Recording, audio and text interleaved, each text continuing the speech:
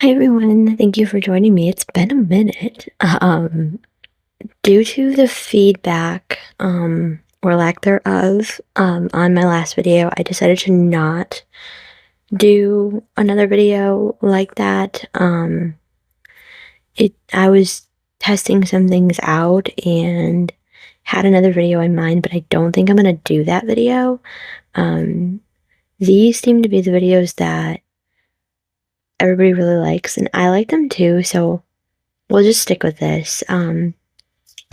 Today I was inspired, um, or should I say I was inspired to today, come and do this video. I'm gonna talk a little bit about that later in the video, but I want to talk about movies that every girl should watch. um, so I have 5 of them, and I'm excited. I'm really excited. So um, let's get it all out of the way. If you haven't subscribed, subscribe. It's right down below. Make sure you turn on the post notifications. If you have a movie that has inspired you or shaped you as a girl, please comment below. And for all the guys out there, if there are any movies that you think shaped you as a guy, let me know because I think that's really interesting. Um, and of course, guys can watch these movies too. If you enjoy these movies, it's fine.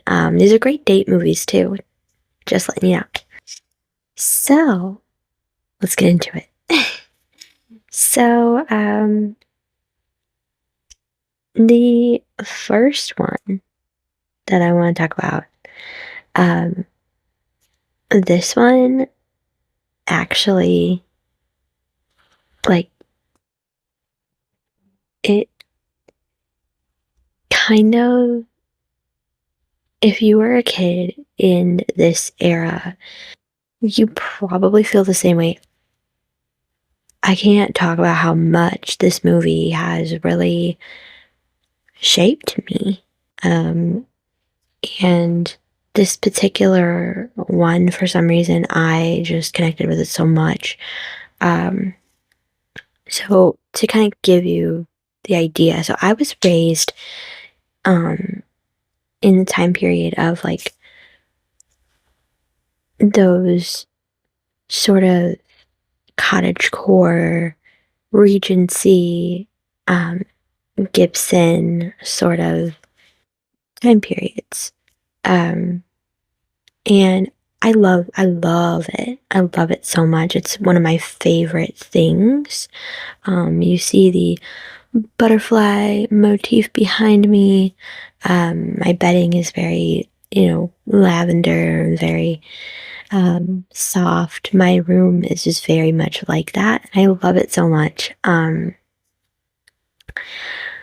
But um, one of the movies that came out in that time period, I was about 2 years old when it came out, was The Secret Garden, which,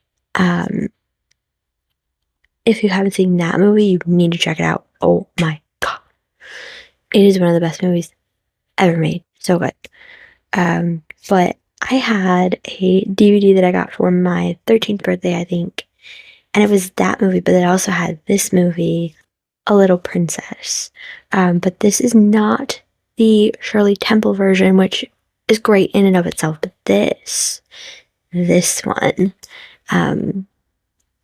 just the feel of it, the look of it, the sound, like it just all.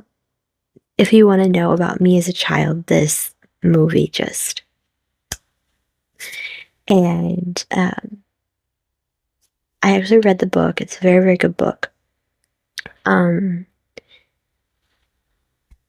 this movie, so if you don't know this movie, it's about a little girl who her dad is like a war captain, and he has to go and fight in the war, and she is brought to a boarding school because she's lost her mother and wouldn't have anybody else to stay with. So she goes to stay at this boarding school, and she's very imaginative, very bright, very, I would say, very ahead of her time.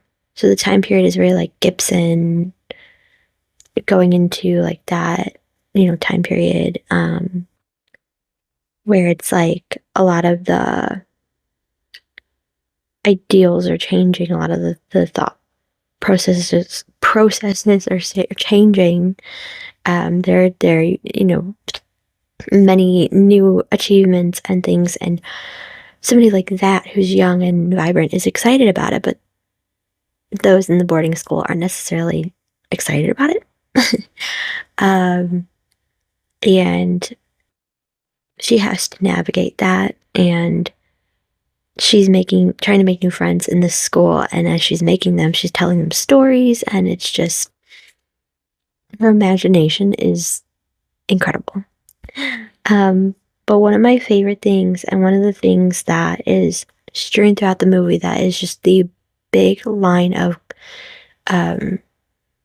commentary, is brought up. It's brought up twice. This specific phrase. But my favorite way that it's brought up is in a scene when the like principal, I guess, of the school is punishing this little girl, Sarah, and she says, basically like, you're losing everything, and she says, you're not a little princess anymore, and she says, I am a princess, and all girls are. It's our right. And she looks at that woman and she says, didn't your father ever tell you that? And the look on this woman's face is like, you clearly know he didn't.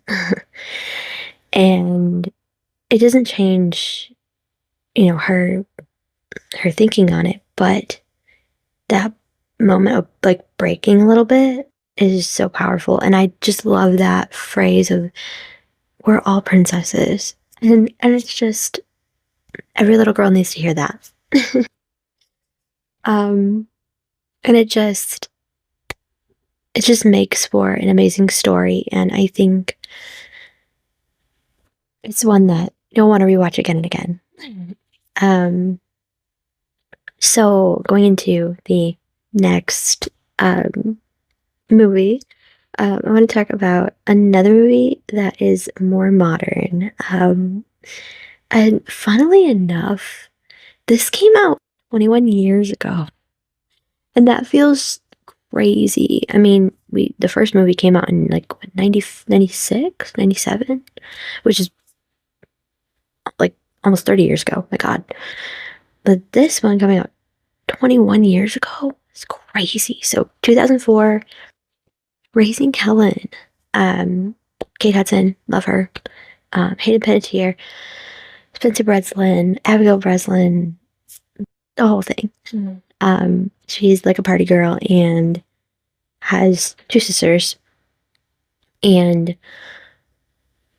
when one of her sisters and her husband are killed, their kids have to come live with one of the sisters. The eldest sister, played by Joan Cusack, is like, she has kids already, and she's like, I'll take them. But then they read that the sister wanted Helen to take them. And at first they're like, what? But then Helen's like, well, I'll try. And chaos ensues. And I love this movie because, for me, I totally get the like, no, no, no, no, no. And yet I see, the connection that they have, and I totally get it as an aunt, and but I just think that it's so heartwarming, and it's funny, and it's cute, and there is a moment that I do want to talk about that is very, very good, and I think that young people should see it. Hayden Panettiere plays the eldest of the children. At like 15, she meets a guy and she likes him, and they're sneaking out together, and the eldest sister is like, hey, you need to watch that. And it's like, well, I mean, we were there too. And she's like, no, watch it. And she's like, all right, yeah. And so she's kind of like, hey, you can't. And she's like, you can't tell me what to do. And then she's like, well, I kind of can. But then when tragedy strikes, if you haven't seen this movie, you need to watch it. That's why I'm not giving spoilers. Tragedy strikes, and the eldest sister has to go in and just go, you know what? And she tells Helen, like, you need to step up or you're not going to be able to do this. So Helen goes to her and is going to punish her. And she said, but I'm not a child anymore. And she says, but you are, and you have a right to fight for your childhood, and you should. But if you won't, I will. And I don't know why, I just love that, because so much more so now, kids don't have a childhood.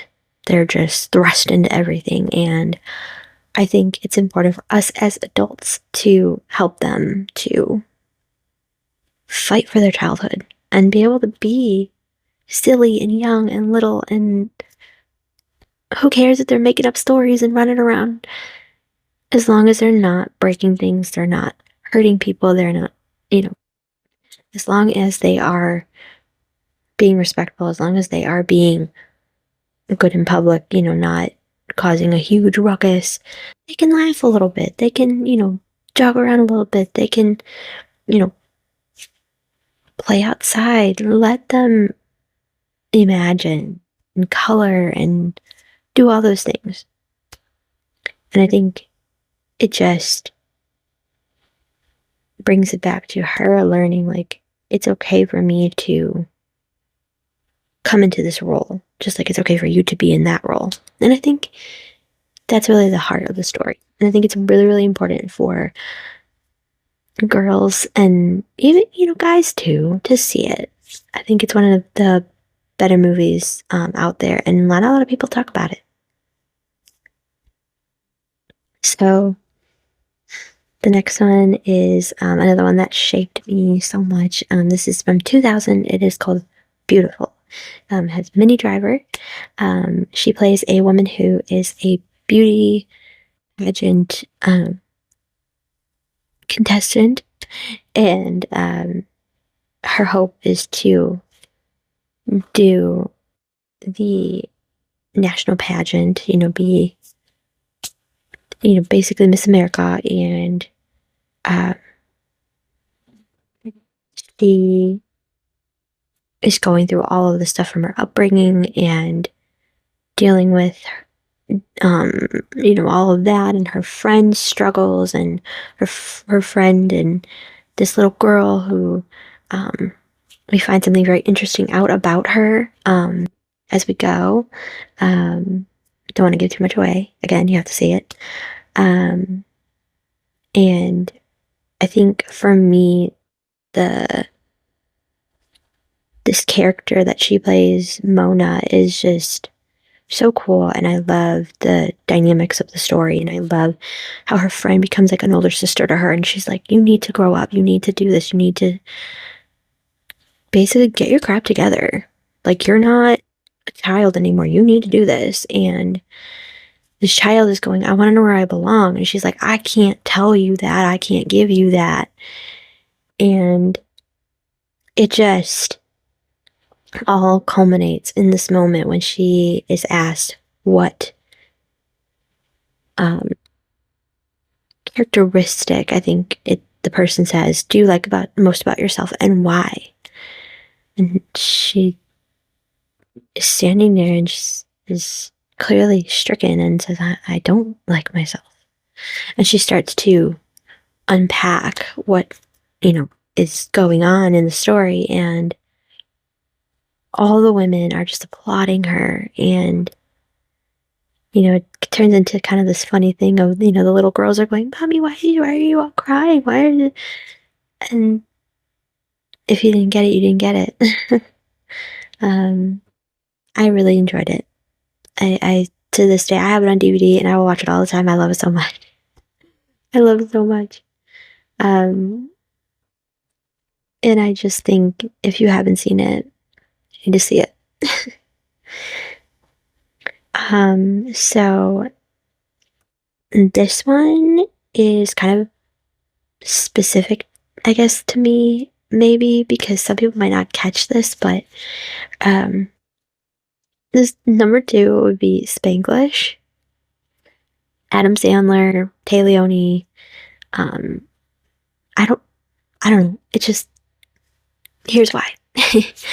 So we have a woman who is an immigrant from I think it was Puerto Rico, and she goes to work for a family, basically doing all of the like cleaning, organizing, um, and she gets to meet this family. They're on the coast. They're very light breezy kind of people, and they're very nice people, but there's a lot of weird things. Just I don't know. But she has a daughter who she has to take with her, and the dynamic of all of that and everything that she goes through while she's there just um,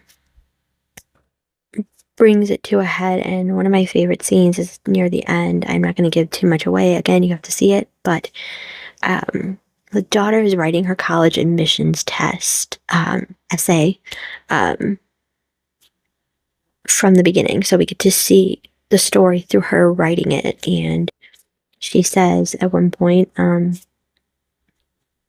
there's a big blow up, and she said, I use a common American phrase, and now right now I need some space. And the mother says, there's no space between us. And she starts to tell her how sorry she is for everything she put her through. And then she says, is what you want for yourself to become something very different than me. I don't know why, but to this day, if I watch this movie, when we get to this scene, I'm already crying. And I just cry. And she says, the daughter right after that says, I can't, well, your acceptance of me to your school would thrill me. It will not define me. My identity rests firmly and happily in one simple fact. I'm my mother's daughter. And yes, I felt that in my soul.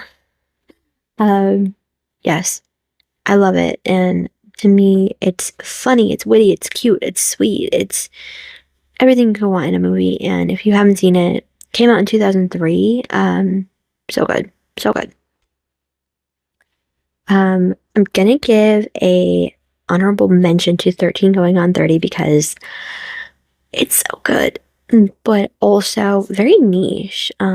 Watching it at 13 was like, this is the greatest movie ever. And watching it at 30,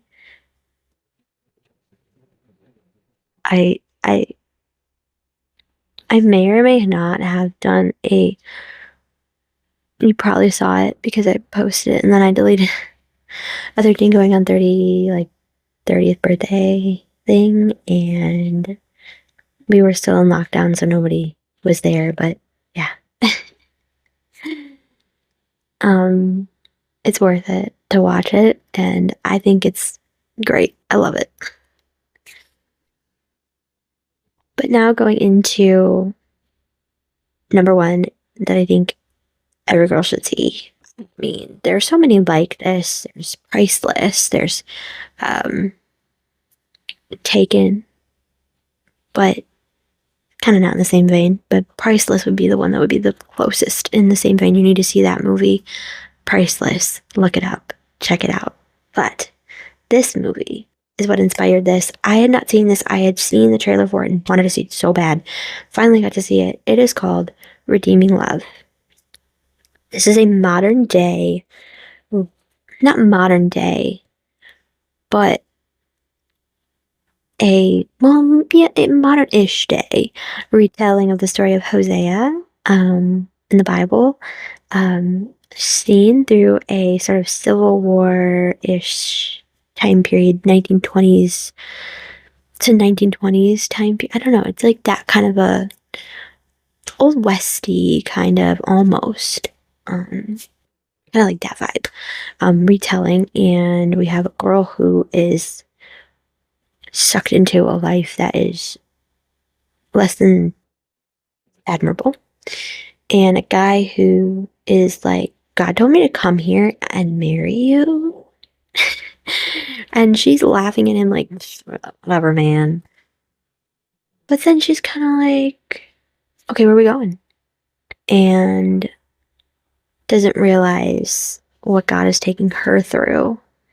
And he is so frustrated at points, but he just keeps going and helping her. And let me tell you, the romance is real.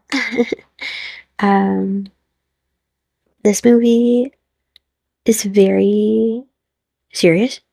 Don't get me wrong, very serious. But I found myself goofy smiling at the things that he did for her. So, and this movie actually will get you. I'm not giving spoilers, but as a warning, you're gonna think it's not gonna work. And I love when movies do that, when you think it's not gonna work and you're like, oh, this is never gonna work. And then it's like, just keep watching. Just keep watching. It was made in 2021 and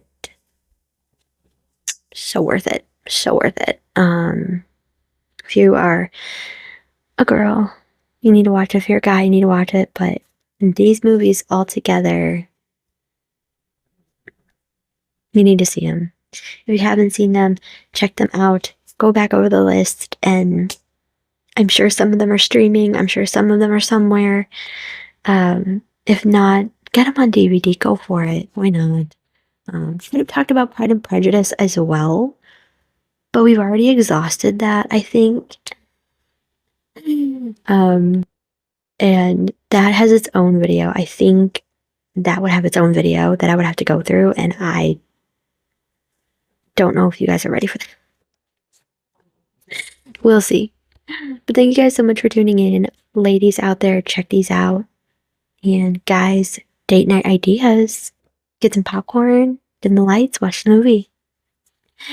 Bye, guys.